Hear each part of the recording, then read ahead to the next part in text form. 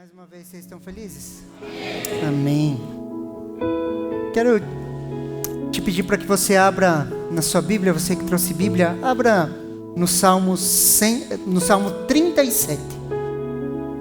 Salmo 37.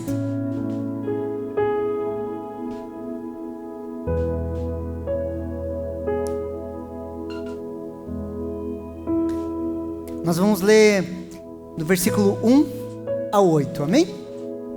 A palavra de Deus, ela fala assim, ó: não se irrite por causa dos maus feitores, e não tenha inveja dos que praticam a iniquidade, pois em breve eles secarão como a relva, e murcharão como a erva verde. Confie no Senhor, e faça o bem. Habite na terra, e alimente-se da verdade. Agrada-se do Senhor, e Ele satisfará os desejos do teu coração. Entrega o seu caminho ao Senhor, confia nele, e o mais Ele fará. Fará que a sua justiça sobressaia como a luz, e que o seu direito brilhe como o sol ao meio-dia. Descansa no Senhor e espera nele. Não se irrite por causa daqueles que prospera em seu caminho, por causa do que realiza os seus maus desígnios. Deixe a ira, abandone o furor, não se irrite, certamente isso acabará mal. Queridos, esse salmo, Davi, ele escreveu já na sua velhice, e nós vemos várias promessas nesse salmo, e esse salmo nos revela algumas coisas impressionantes, e eu gostaria que quando você chegasse em casa, ou talvez amanhã no seu tempo devocional, de você ler o Salmo 37 completo. E esse salmo, queridos, ele nos revela que Deus está no controle da história. Posso ouvir um amém? Que Deus está vendo tudo o que os homens fazem durante suas vidas terrenas. Que por maior que seja a prosperidade do ímpio nesse mundo, sua felicidade é temporária e amaldiçoada. Aqueles que não têm a Jesus ou um contato com Deus. Que Deus pedirá conta de tudo que os ímpios fazem durante a sua vida. Que no momento oportuno Deus estende a sua mão e socorre aquele que nele confia. O justo jamais permanecerá injustiçado. Fala um amém. Você sabia que você não precisa lutar pelos teus direitos? Aleluia. Você não precisa brigar pelos teus direitos. E se você entender o Evangelho, você vai entender que você não tem direito nenhum. Aleluia. Que direito nós temos, queridos? Se estávamos condenados ao inferno e fomos salvos por um ato de justiça de um Deus todo-poderoso, que eu e você não merecíamos, e cobertos pelo sangue dele, já não temos mais direitos.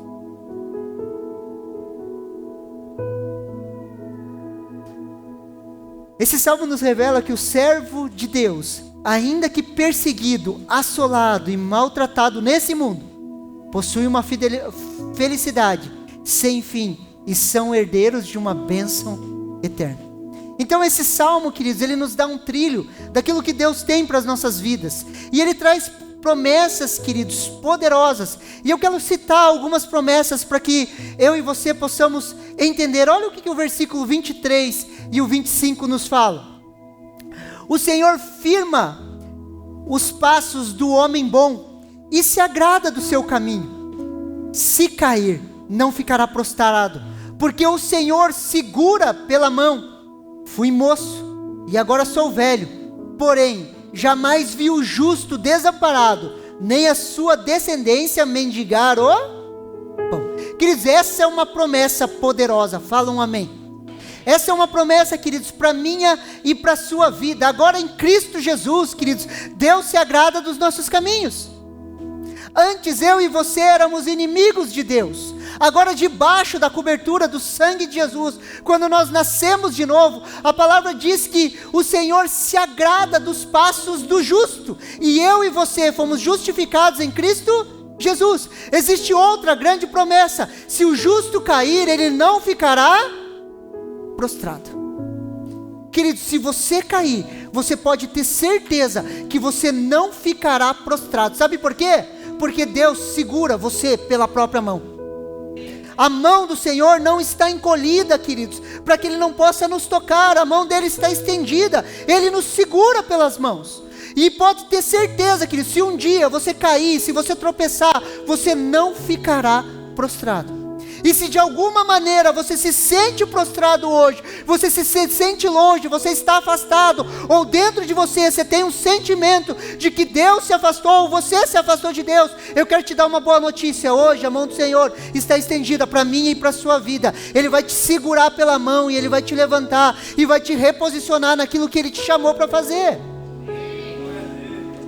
Essas são promessas, queridos, poderosas para mim e para a sua vida. Olha o que o versículo 25 nos fala, queridos. Preste atenção. Fui moço, agora sou velho, porém jamais vi o justo desamparado, nem a sua descendência mendigar o pão. Queridos, escreva isso no seu coração. O que o salmista fala, queridos? Já fui moço e agora sou velho, porém jamais vi o justo desamparado. Querido, você não vai ficar desamparado. Você não vai falir. Não vai faltar.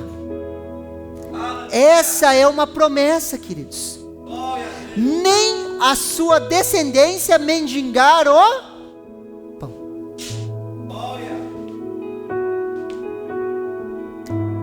Sabe quando você quase se descabela por causa do futuro?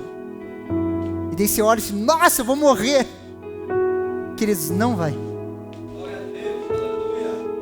Sabe quando você olha, queridos, e fala assim, não vai dar, as coisas não vão melhorar. Queridos, deixa eu dizer uma coisa para você, vai melhorar. A bênção, ela é geracional, queridos, vai passando de geração em geração. Deixa eu dizer uma coisa para você, se você está em Cristo Jesus, vivendo uma vida justa diante de Deus, queridos, as coisas elas vão melhorar. Fala um amém aí, crente. Isso é uma promessa para minha e para a sua vida. É uma promessa, queridos. É uma promessa, não vai faltar. Não vai faltar. Vamos para mais uma promessa? Olha o versículo 27 ao 29. Afasta-se do mal e pratique o bem, e a sua morada será perpétua. Pois o Senhor ama a justiça e não desampara os seus santos. Serão preservados para sempre, mas as descendências do ímpio serão exterminadas. Os justos herdarão a terra e nela habitarão para sempre. Queria te contar uma coisa para você extremamente interessante.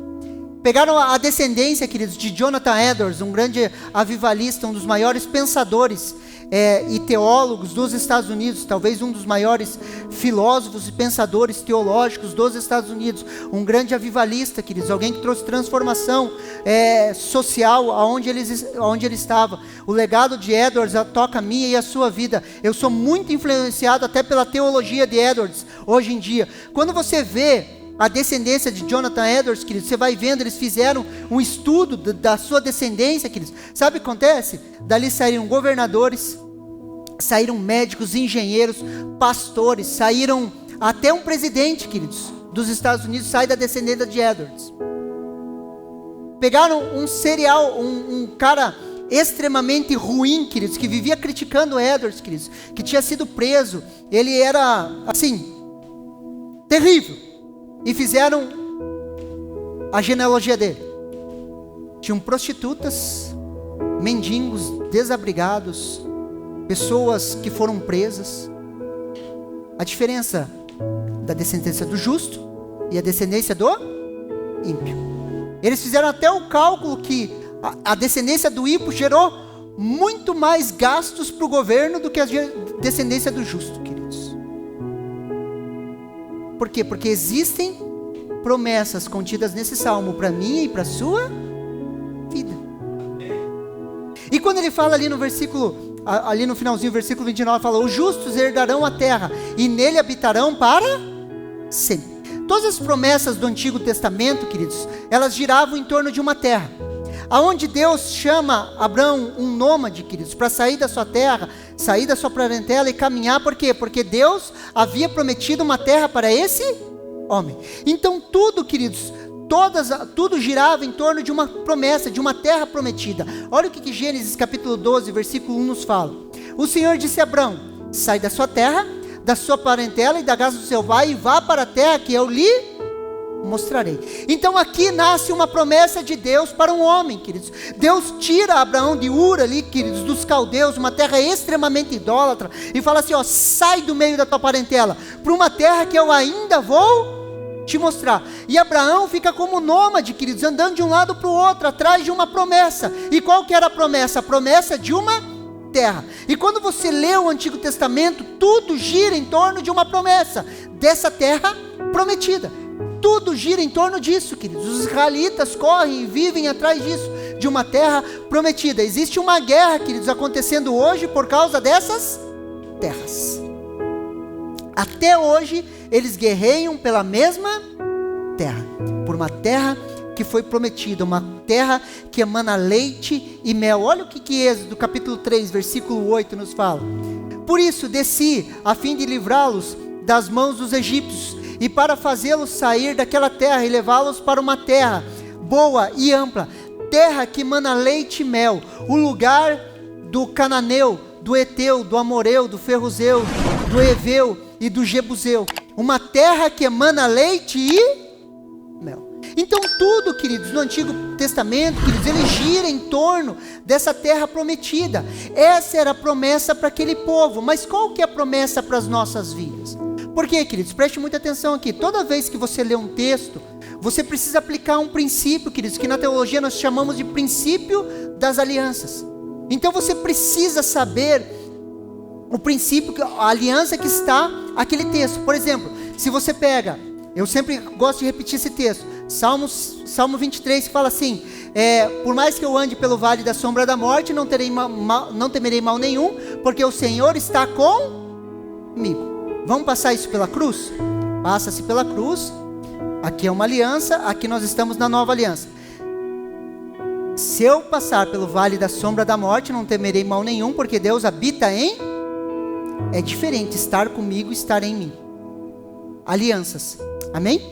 Então nós sempre temos que olhar as alianças. Então havia uma promessa de uma terra, e o salmista no Salmo 37 fala que os justos habitarão nessa terra. Vamos passar isso para nós agora, para que eu e você possamos entender qual que é a promessa para mim e para a sua vida. Olha o que Hebreus capítulo 4, versículo do 8 ao 11 nos fala. O autor Hebreus está falando sobre o povo de Israel. Ora, se Josué lhe tivesse dado descanso, não falaria posteriormente a respeito de outro dia, que são os nossos dias. Portanto, resta um repouso sabático para o povo de Deus, porque aquele que entrou no descanso de Deus, também ele mesmo descansou das suas obras, como Deus descansou das suas. Portanto, esforcemo-nos para entrar naquele descanso, a fim de que ninguém caia, segundo aquele exemplo de desobediência. Queridos, Josué entrou na terra, mas não levou o povo para o verdadeiro descanso. Por quê? Porque o descanso estava preparado para os nossos dias. Falam amém. O verdadeiro descanso estava preparado para os nossos dias. E eu e você podemos habitar nessa terra de descanso. Sabe qual que é essa terra de descanso, queridos? Essa terra de descanso, queridos, é quando nós entramos em Deus. O Antigo Testamento eram as coisas que estavam por vir, e hoje eu e você temos descanso. Falam amém. Olha o que o versículo 29 do Salmo nos fala: os justos herdarão a terra e nela habitarão para sempre. Essa é a nossa terra, essa é a nossa habitação. E sabe qual que é a nossa habitação? É estar em Cristo. Por isso que a Bíblia fala de estar em Cristo. Aquele que está em Cristo. Estar é um estado, querido. Você pode entrar e sair, dependendo da maneira que você está vivendo. Aquele que está em Cristo, nova criatura é, as coisas velhas se passaram, eis que tudo se faz novo. Aquele que não há condenação para aqueles que estão em Cristo Jesus. Queridos, vamos colocar na prática isso, para que você entenda o que é descanso.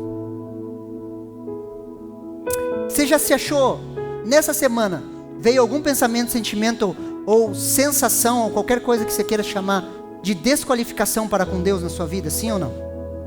Levanta a mão aí, crente, se sim ou não. Que você não se sentiu qualificado, que você achou que Deus estava longe. Veio isso sobre você? Veio alguma acusação falando assim, ó, você não presta, você não consegue, não vai dar certo, olha como você é burro, falta isso ainda para você ser plenamente feliz ainda falta alguma coisa, falta outra coisa, falta outra coisa. Daí quando você é mais jovenzinho, falta a carteira de motorista, depois falta o carro, depois falta o namorado, depois falta o casamento, depois falta os filhos, e sempre falta alguma coisa. Você tem isso, sim ou não? Sabe o que isso se chama? Acusação. Agora, se eu estou em Cristo, não existe condenação. O gancho da acusação é a condenação. Se o meu coração me condena, queridos, eu tenho algum pensamento, o que acontece? O diabo encaixa o gancho da acusação e fica falando, você não pode, nunca vai dar certo. Você, olha o tipo que você é, falta isso, isso e isso, e talvez se você melhorar um pouquinho, Deus vai te aceitar. E a maioria dos crentes vive nisso. Não consegue entrar no descanso e falar assim, ó, eu sou extremamente amado por Deus. Só que o salmista está falando aqui, os justos herdarão a terra. Herança se conquista? Herança se conquista, querido? Você está aí? Não. Herança não se conquista. Só precisa o dono da herança morrer. Jesus já morreu. E Ele deu a herança para nós. E nessa herança eu me descanso. É meu. Não por aquilo que eu faço, mas por aquilo que Ele fez. Você está vendo tanto de tempo que a gente perde, queridos, com acusação, com condenação, achando que a gente não presta, achando que Deus está bravo com a gente, achando que Deus vai pesar a mão.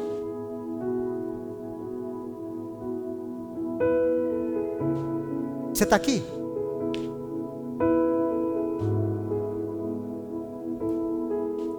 Quando entramos nessa habitação, queridos, experimentamos uma das maiores dádivas que Jesus nos proporciona. Olha o que João capítulo 14, versículo 27 nos fala. Deixo com vocês a paz. A minha paz lhes dou. Não lhes dou a paz como o mundo dá. Que o coração de vocês não fiquem angustiados nem com medo. Queridos, Ele cobrou a paz para nós. A minha paz vos dou. Você ficou angustiado e com medo essa semana?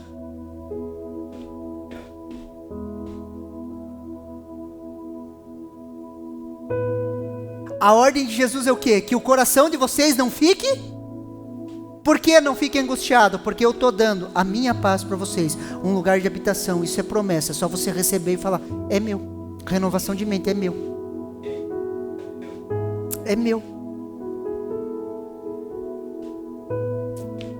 A paz de Cristo, a paz que excede todo entendimento. Essas são algumas promessas do Salmo 37. Você pode perguntar para mim, pastor, como que eu destravo essas promessas na minha vida? Como que eu faço para viver essas promessas? A grande questão é como desencadeamos essas promessas. E eu quero falar, queridos, sobre 3 versículos chaves desse salmo que eu entendo que nos levam a desatar essas promessas. Olha o que o versículo do 3 ao 5 nos fala. Salmo 37, versículo do 3 ao 5. Preste muita atenção aqui. Confia no Senhor e faz o bem. Habite na terra e alimente-se da verdade. Agrada-se do Senhor e Ele satisfará os desejos do seu coração. Entrega o seu caminho no Senhor. Confia nele, o mais Ele fará. Qual que é o primeiro ponto, queridos? Confie no Senhor. Queridos, existe uma guerra de altares no meu e no seu coração. Existe uma guerra, queridos, de altares, onde falsos deuses tentam tomar conta do nosso coração. E essa batalha, queridos, é tão antiga como Adão e Eva. Queridos, qual que foi a queda do homem? Quando o homem deixou de ouvir a Deus, confiar nele e viver com ele. O homem deu ouvidos, a mulher dá ouvidos à serpente e ela coloca em dúvida a voz de Deus. O ataque continua sendo o mesmo. Você está me ouvindo aqui, você está em um culto, nós estamos celebrando a Deus. Você sabia que Deus se movimenta no meio dos louvores do seu povo? Posso ouvir um amém?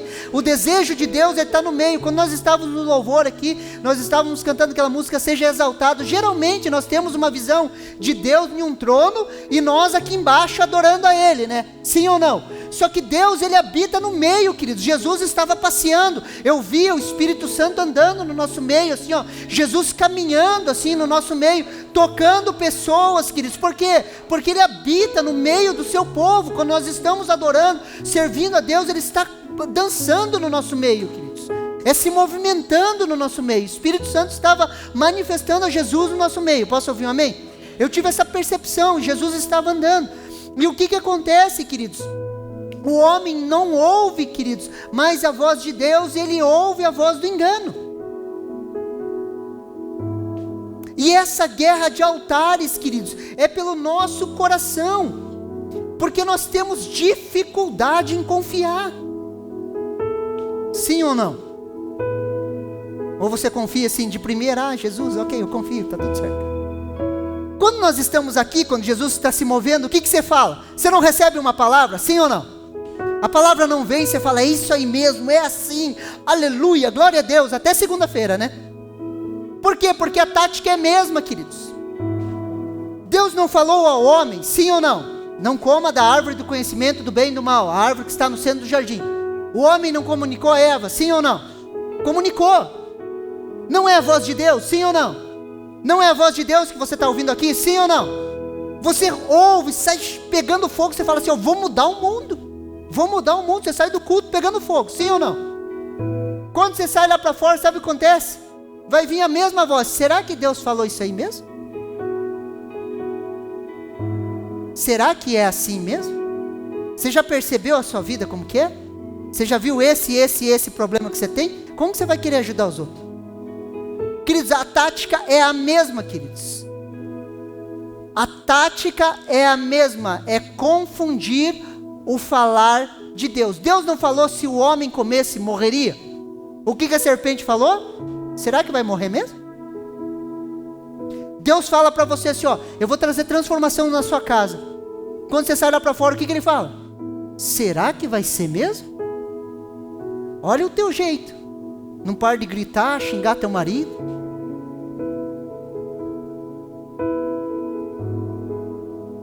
Queridos, a tática é a mesma.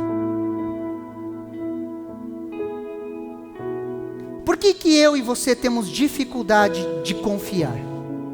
Deixa eu falar uma coisa aqui para vocês. Sabe por que nós temos dificuldade de confiar em Deus? Porque nós queremos controlar. Nós queremos ter o controle das coisas. Fala a verdade, você odeia quando você perde o controle. Aleluia.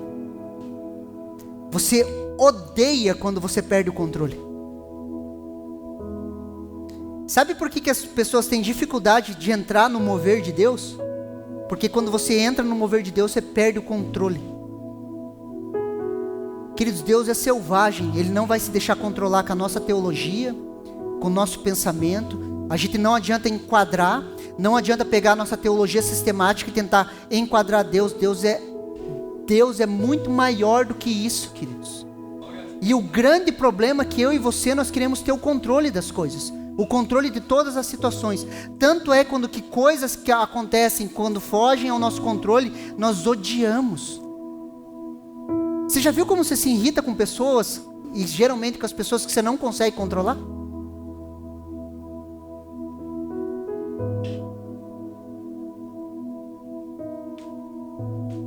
Por quê? Porque nós odiamos perder o controle. Queremos controlar tudo e todos, queridos. Isso está no nosso DNA. Olha o que Gênesis capítulo 1, versículo 26 nos fala. E Deus disse: façamos o ser humano a nossa imagem, conforme a nossa semelhança. Tenha ele domínio sobre os peixes do mar, sobre as aves dos céus, sobre os animais domésticos, sobre toda a terra e sobre todos os animais que se arrastejam pela terra. Queridos, o nosso DNA é de domínio. Eu já falei para vocês, a palavra domínio é radar, queridos, que é governar. O nosso DNA, queridos, antes da queda era um DNA de governo.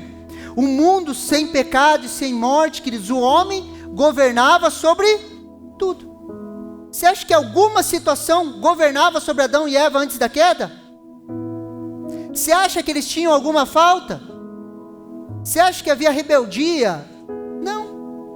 Eles governavam sobre todas as coisas. Depois da queda, queridos, eu e você perdemos o domínio. Agora tentamos a qualquer custo dominar e controlar tudo ao nosso redor. Queridos, nós queremos controlar tudo ao nosso redor. Tanto é que a gente quer uma vida tranquila, pacata, onde o quê? Onde eu consiga controlar todas as coisas. Onde eu tenho as finanças controladas, onde eu tenho tudo controlado, tudo está debaixo do meu governo. Daí Jesus chega e Jesus fala assim: você não me domina. Ou eu sou o Senhor, ou não tem acordo. Por isso, queridos, que muitas pessoas buscam freneticamente mais dinheiro. Porque o dinheiro é a única coisa que nos dá a falsa sensação de controle. Por isso que as pessoas correm freneticamente atrás de dinheiro. Porque a falta de dinheiro nos tira o controle e nós achamos que mais dinheiro vai nos dar mais controle. Ah, se eu tivesse dinheiro para isso, para aquilo, eu não seria. Por isso, queridos, por isso que é mais fácil achar que 1 milhão na sua conta te ajudaria a resolver os seus problemas muito mais do que uma vida rendida a Jesus.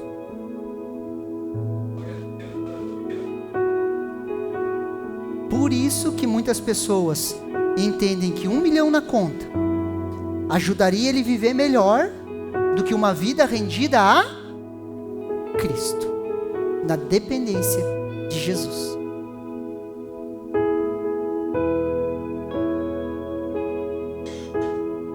Você está entendendo que é uma guerra de altares no nosso coração? Não estou falando, queridos, que você não pode ter 1 milhão na conta. Até oro para que você tenha. Mas o grande problema é que você querer usar o dinheiro para quê? Para resolver os seus problemas. Para mim poder controlar todas as coisas.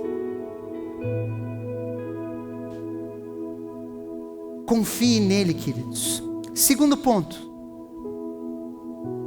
Depositamos a nossa esperança no lugar errado. Queridos, Deus é um Deus zeloso. Olha o que Êxodo, capítulo 22, do versículo 1 ao 2, nos fala.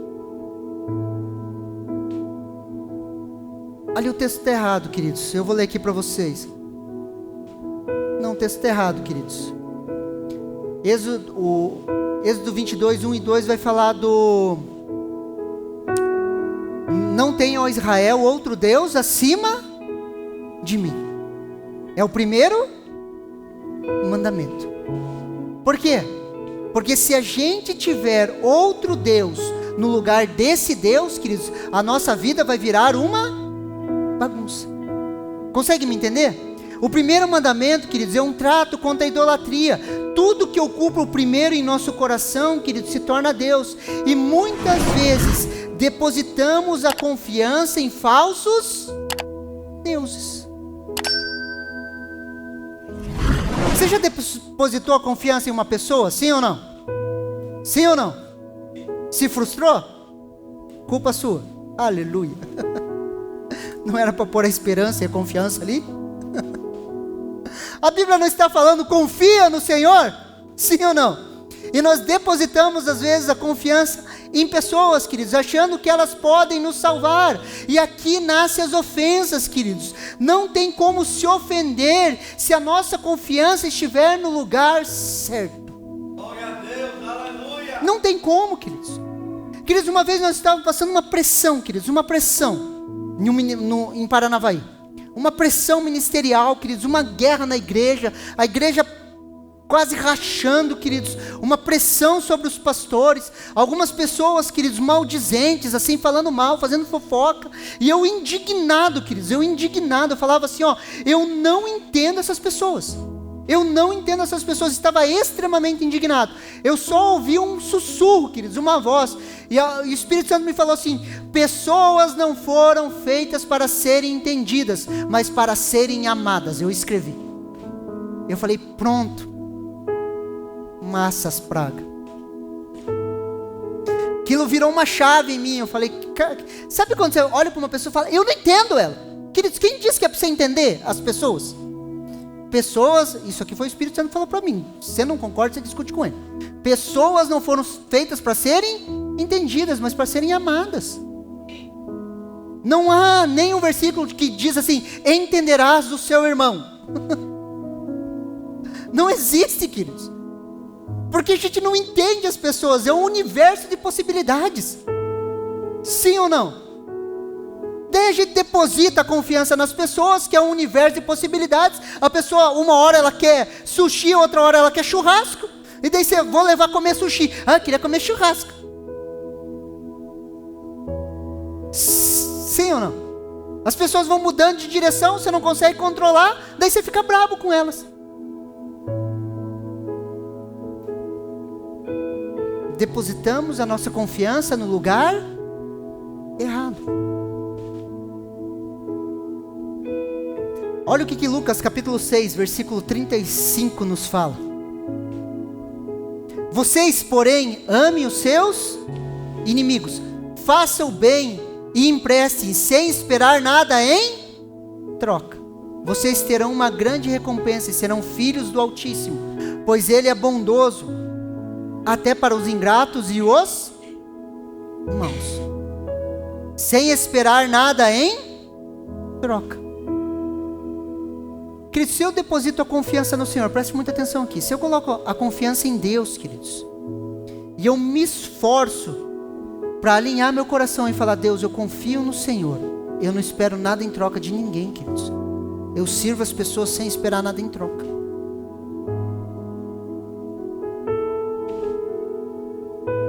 Queridos, é muito doído você colocar confiança no teu trabalho, no teu chefe, na força do teu braço, em pessoas que você acha que elas podem fazer as coisas por você. Nós precisamos aprender a colocar nossa confiança em Deus, queridos. Quando eu confio no Senhor, queridos, quando eu confio no Senhor, é uma chave para que as promessas de Deus, elas se cumpram na minha vida. Porque o que acontece? Se eu não coloco a minha confiança em Deus, certamente eu vou me frustrar. Queridos, pessoas amarguradas e frustradas, elas não caminham para frente. Não caminha, queridos. Queridos, se você for conversar com uma pessoa que está frustrada, ela vai falar o quê? Da sua frustração lá atrás. Ela não vai para frente. Por isso que a nossa confiança tem que estar em Deus.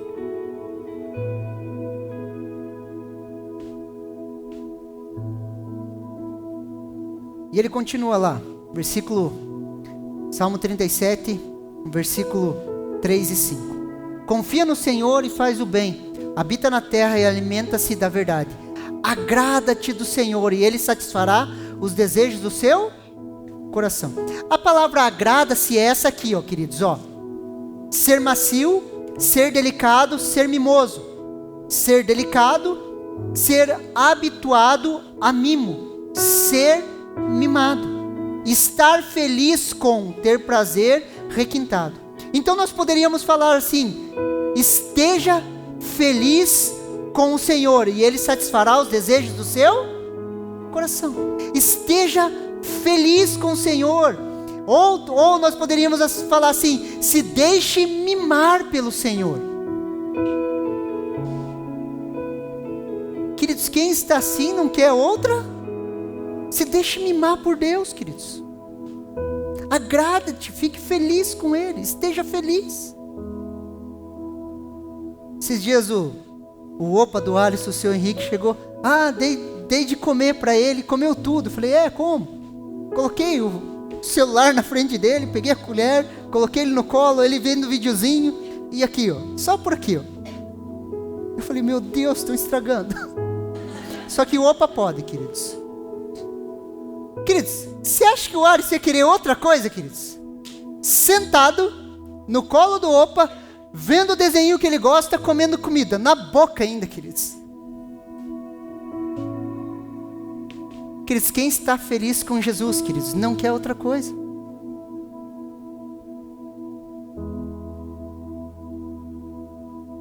Sim ou não? Você está feliz com Jesus? Espero que sim. Isso é algo que a gente tem que treinar, queridos. Alegre-se no Senhor. Alegre-se no Senhor. Pastor, mas olha, a minha vida está faltando isso. Queria te dizer uma coisa para você. Sempre vai faltar alguma coisa. Para quem não está casado, falta o casamento. Para quem está encalhado, falta o trator. Se alguém precisa de um tratorzinho aí, a gente ora, queridos. Eu tenho a unção de desencalho, queridos. Vem o tratorzinho e já desencalho. Daí é o carro, você compra um carro, depois é outro carro, daí é o trabalho, daí é o chefe, daí é isso, querido, sempre vai faltar alguma coisa. E a gente vai achando assim, quando eu tiver aquilo, então quando acontecer isso, de repente a vida passou e eu não me alegrei no Senhor. Querido, se alegrar no Senhor é hoje, é agora. Pastor, você não conhece a minha circunstância. Queridos, eu não sei a sua circunstância, mas eu sei o que Cristo Jesus fez na cruz. O preço que foi pago pela minha e pela sua vida. Lembra quando o Provérbios fala que a alma do homem é como uma sanguessuga? Que fala dá e me dá? É só isso que a gente tem dentro de nós, queridos. É dá e me dá. Porque sempre vai, para a nossa alma sempre vai faltar alguma coisa. Sim ou não? E Ele satisfará os desejos do seu coração. Queridos, se eu me alegro no Senhor, queridos, Ele implanta a sua vontade na minha vida. E o nosso coração vai desejar a vontade dEle. Assim Ele cumpre a sua vontade em nós. Queridos, antes de Deus satisfazer os desejos do seu coração, queridos, a Bíblia nos chama para se alegrar nele. Quando eu me alegro nele, queridos, a vontade dele é implantada no meu coração e eu vou vivendo a vontade dele, feliz da vida. Algumas pessoas distorcem esse versículo falando assim, é o desejo do meu coração, Deus vai fazer. Queridos, Deus não vai fazer todos os desejos do seu coração, e graças a Deus por isso. Teu coraçãozinho às vezes não é muito bonzinho. Queridos, se Deus fizesse todos os desejos do seu coração, quantos Ele já tinha matado? Porque o Senhor mata essa desgraça. Você não ora desse jeito, queridos, mas você fica com tanta raiva que você pensa assim, podia morrer, né?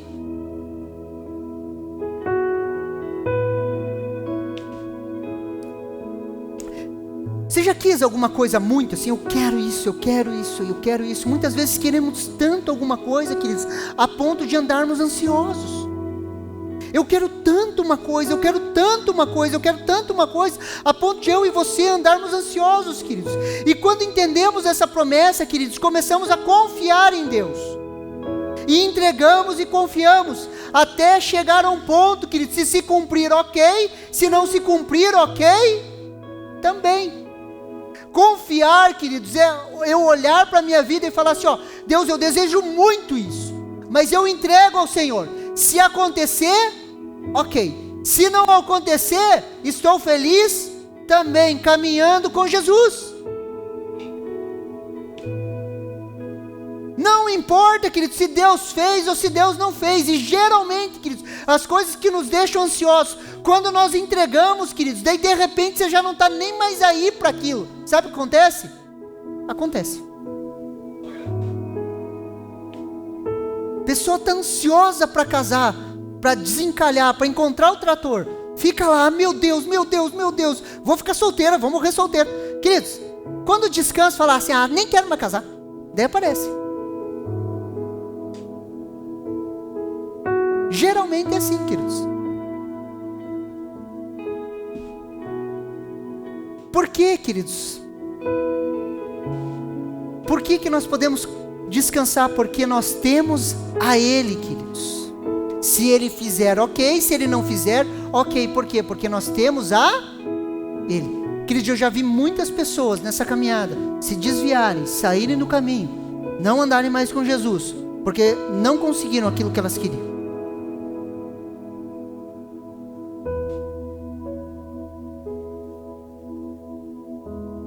A pessoa vem para Jesus, começa a caminhar com Jesus e ela fala assim, eu quero muito essa coisa, eu quero muito. E às vezes Deus vai falar o quê? Não. E a pessoa faz o quê? Vaza. Vai viver a vida dela. Já vi muita gente fazer isso.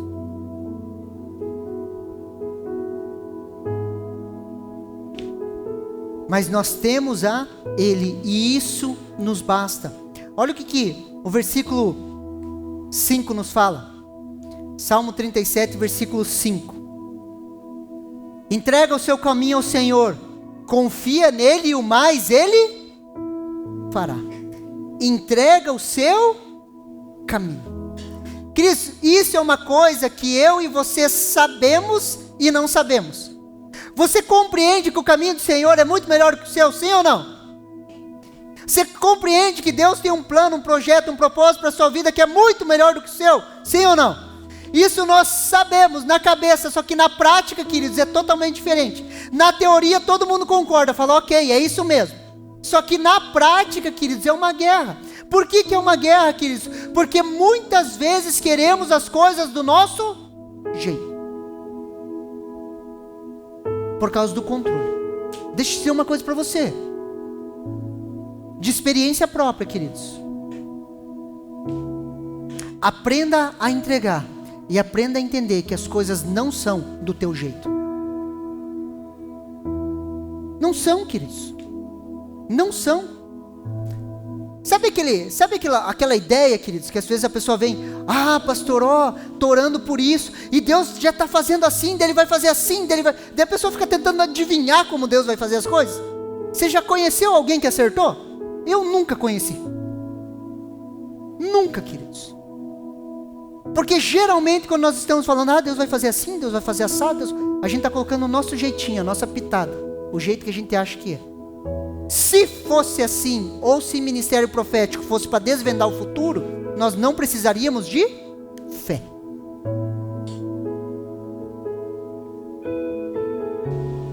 Queridos, entregar o nosso caminho e falar, Deus, aqui está meu caminho. Eu confio. Pastor, se acontecer as coisas ruins, Deus está trabalhando. Quando eu falo para vocês, queridos, vai dar certo, queridos, é porque eu confio que Deus está trabalhando. Vai dar certo. Talvez não seja o certo do jeito que eu queria, mas vai dar certo. A pior coisa que pode acontecer para mim e para você é morrer, queridos. E se a gente morrer, um dia a gente vai ressuscitar, sim ou não? E quando eu ressuscitar, vai dar certo, queridos. Eu vou olhar para você, deu certo, viu? Morreu lá, mas deu certo. Estamos aqui nós juntos, junto com Jesus, vivendo a vida eterna. Você consegue me entender? Entrega o seu caminho ao Senhor, queridos. Mais uma vez o salmista fala, confia nele, e o mais Ele fará. Queridos, Ele vai fazer. Fala um amém aí, crente. Queridos, Ele vai fazer. Vai acontecer. Vamos ver as promessas de Deus se cumprindo nas nossas vidas. Vamos ver Deus agindo de forma sobrenatural e as suas promessas se manifestando na minha e na sua vida. Confia no Senhor. Entrega os seus caminhos a Ele e entenda que o mais Ele fará. Ele vai fazer. Pode não fazer no teu tempo, do teu jeito, mas Ele vai fazer. Pastor, e se Ele não fizer? Está tudo bem, porque eu estou feliz com Jesus. E o feliz com Jesus é hoje, queridos. O satisfeito com Jesus é hoje. Hoje eu estava observando aqui, queridos, o pessoal chegando na igreja. Tão gostoso ver o pessoal reunido em rodinha, dando risada, conversando. Um clima gostoso de igreja, sim ou não? Não é bom? Dando risada, um brincando com o outro. Por quê? Porque a alegria é para hoje, queridos. Ah, pastor, você não sabe o que eu estou vivendo. Queridos, eu posso não saber o que você está vivendo, mas eu posso te dar uma certeza. Jesus morreu em uma cruz, derramou o seu sangue para comprar a minha e a sua vida. E hoje nós temos paz com Deus. E hoje nós temos esse Deus. E por nós termos esse Deus, queridos, nós podemos nos alegrar agora. Nos alegrar naquilo que Ele está fazendo, da maneira que Ele está fazendo, do jeito que Ele está fazendo. E dizer: Deus, muito obrigado pela vida que eu tenho. Lembra no começo do salmo lá? O salmista se perde na comparação. Queridos, às vezes a grama do vizinho sempre é mais verde, queridos, aos nossos olhos. Mas deixa eu dizer uma coisa: Deus separou algo especial para a sua vida. É para você viver. Se alegre hoje, queridos. Toma uma decisão de sair daqui. Eu quero me alegrar com a minha vida. A sua vida é extremamente especial para Deus. Converta o seu coração a isso. Converta o seu coração ao projeto de Deus. Deus tem um plano, um projeto para a sua vida. Confie nele. Confie nele. Quando as coisas começarem a virar tipo um tufão, queridos, feche seus olhos e fale assim: ó, eu confio no Senhor, no Deus da minha salvação. Ele vai se manifestar. Daí vai vir um monte de coisa na tua cabeça falando o quê? Ah, mas falta dinheiro. Ah, mas falta isso. Ah, mas falta aquilo. Ah, mas aquela pessoa nunca vai se converter. Queridos, decida hoje na voz que você vai ouvir. Fui moço, hoje sou velho, mas eu nunca vi um justo desamparado, nem a sua descendência mendigar o... Queridos, o futuro das suas crianças está garantido. Glória, aleluia.